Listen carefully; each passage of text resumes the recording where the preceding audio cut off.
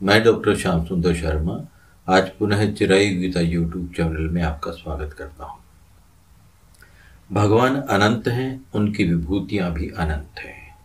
भगवान की सभी विभूतियों को न तो कोई कह सकता है, न ही कोई सुन सकता है और न ही कोई समझ सकता है, क्योंकि अगर कोई कह ले, सुन ले तो विभूतियां अनंत कैसे हुई। परमात्मा संपूर्ण शक्तियों, कलाओं, विद्याओं के विलक्षण भंडार है।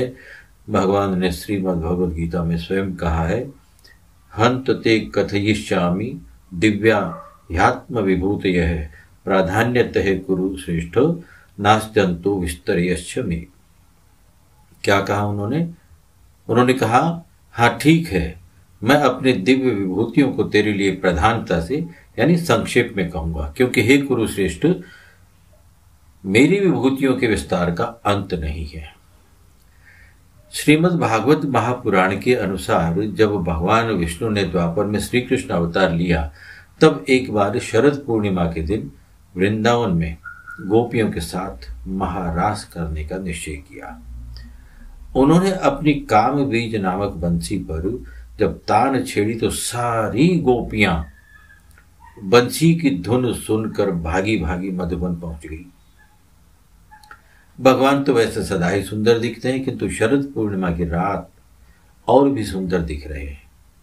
मल्लिका आदि पुष्पों से सुशोभित बंसी की धुन से तीनों लोग गुंजायमान हो गए, लेकिन बंसी की धुन केवल श्री कृष्ण प्रेमानंदियों को ही सुनाई पड़ रही थी और किसी को नहीं। और गोपियों ने जहां जहां भी वे थीं, वही बंसी की धुन सुनकर मोहित हुए जा रही थी। कान का झुमका नाक में, नाक की नथनी कान में, बस इस प्रकार से डालकर भागी दौड़ी चली आ रही थी।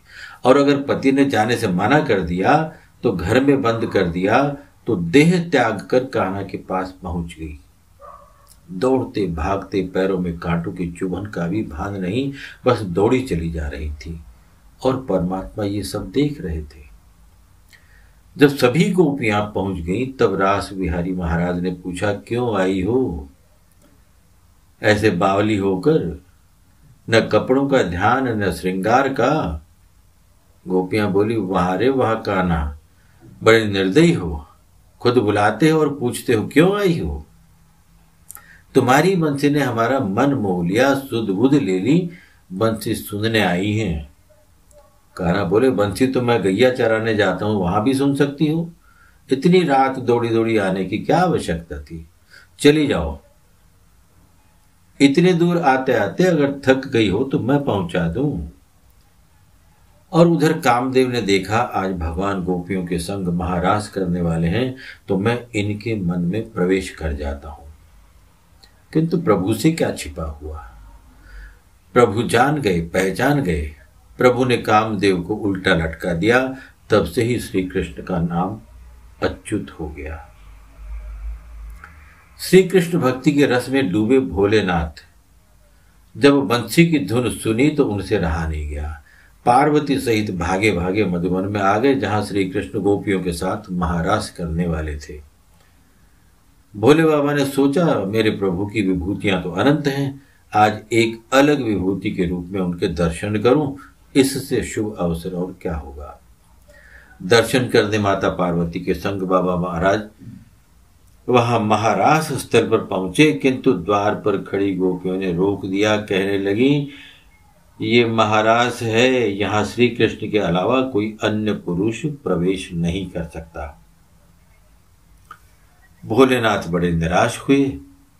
इतने में माता पार्वती ने गोपियों से कहा कि हे देवियों, मैं तो स्त्री हूं, मुझे तो महाराज में प्रवेश मिलना ही चाहिए। तो गोपियों ने माता पार्वती का स्वागत किया और भोलेनाथ को वापस लौटना पड़ा। भोलेनाथ ने फिर एक योजना बनाई कि क्यों न किसी गोपी का वेश धारण किया जाए, पर फिर उन्होंने सोचा कि गोपी बन तो जाऊं, पर बनूं कैसे।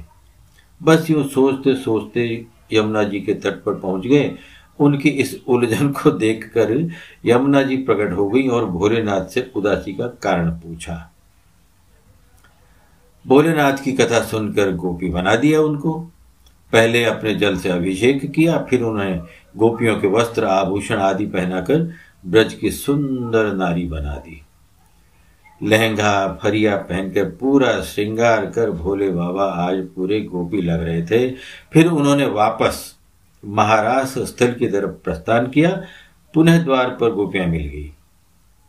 भोले बाबा ने कहा, मैं श्री कृष्ण के महारास में प्रवेश पाने आई हूं। गोपियों ने भोले बाबा को गोपी समझकर महारास में प्रवेश करने दिया। भोले बाबा जब महाराज में श्री कृष्ण के सम्मुख आए तब श्री कृष्ण ने तुरंत पहचान लिया और भोले बाबा का स्वागत करने लगे। बोले, आओ आओ मेरे गोपेश्वर नाथ, आज आपके इस महाराज में प्रवेश से हम सभी धन्य हो गए। और फिर श्री कृष्ण ने अन्य गोपियों के साथ साथ भोले बाबा के साथ भी महाराज किया। इस प्रकार भगवान शिव गोपी का रूप धारण करके आए तो गोपेश्वर हुए और कामदेव को उल्टा लटका दिया तो अच्युत नाम से जाने लगे। बोलो रास बिहारी सरकार की जय।